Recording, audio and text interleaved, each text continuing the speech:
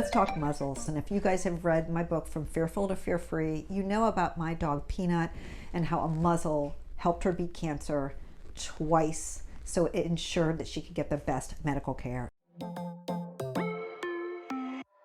Dogs who are aggressive very often do not get the same medical care as dogs who aren't. Why? Because good physical exams can sometimes take a minute. And if the veterinarian is afraid your dog is going to bite, either the veterinarian or the veterinary healthcare team member, then they are going to do a lesser exam on your pet in many cases.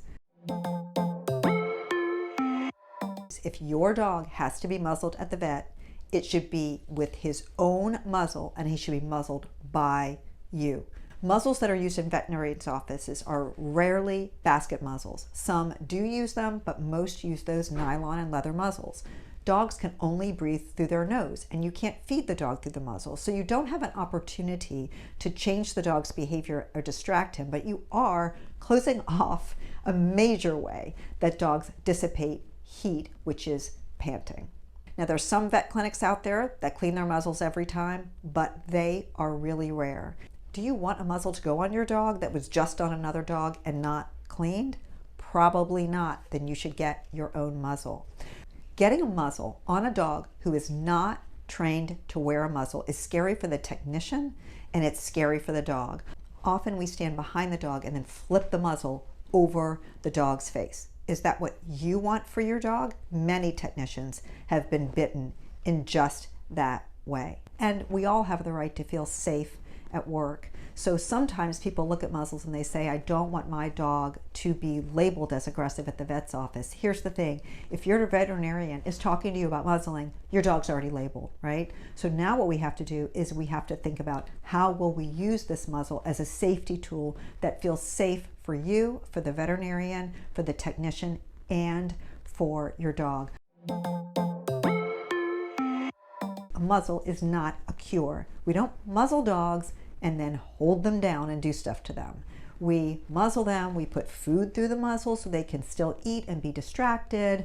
We might also use medications and a muzzle. So if you're worried that your dog is not getting good veterinary care and you've been holding off on muzzle training, maybe change your mind and buy your pet a muzzle and train him to wear it. Some of you are letting me know that you are struggling with muzzle training. This is not uncommon, and it's usually because your dog has a negative conditioned emotional response to a muzzle. It might be due to your training, but it's probably due to some sort of trauma that occurred while your dog was wearing the muzzle. So remember that trauma is stored in the brain, and also remember that we don't unlearn things. We simply teach new coping behaviors that are installed in the brain, in the memory banks, but the bad things that we learned and the trauma we experienced are still there. Now, we hope that our pets are going to reach for those new coping tools instead of reaching for those undesirable behaviors that occurred at the time of trauma. However, when you have a dog who has a negative conditioned emotional response to a muzzle, you may have to change the style of muzzle.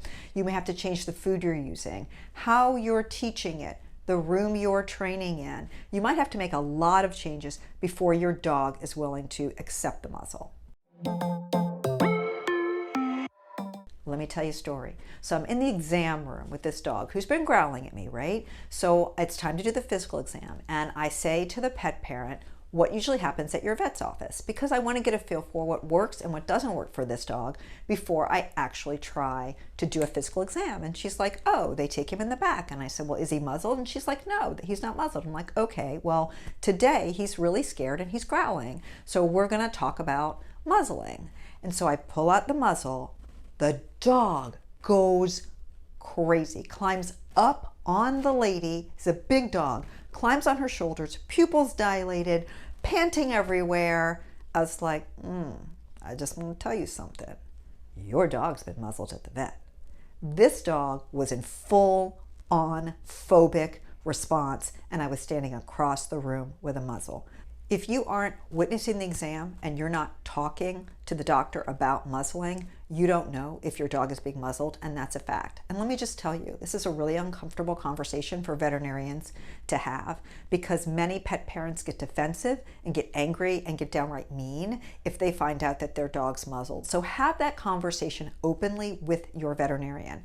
Is my dog being muzzled? Can you do the physical exam in front of me? It's your responsibility to have a well-fitting muzzle for your dog that he is trained to wear. Maybe your dog eats things that he should not. So I don't know what it is about chicken wings that makes people believe that they should always dispose of them by throwing them on the ground, but no matter what city I've ever lived in, there's chicken wings everywhere.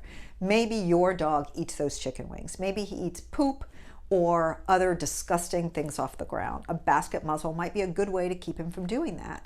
There's also dogs with something called pica. Pica is where dogs eat things that are not supposed to be edible, things like rocks. In that instance, a basket muzzle will save the dog's life. Okay, let's go over those rules of basket muzzle use. Number one, it's always a basket muzzle, not the kind that slams your dog's face shut. That's like a nylon or leather, okay? Number two, you're going to condition your dog to wear it. Number three, dogs can't wear basket muzzles 24/7. That's no good, okay?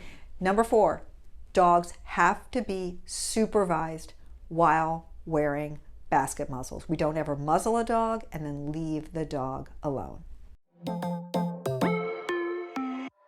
He potentially could hurt you or others in a situation where he needs to be exposed. So first we need to establish clearly wants versus needs.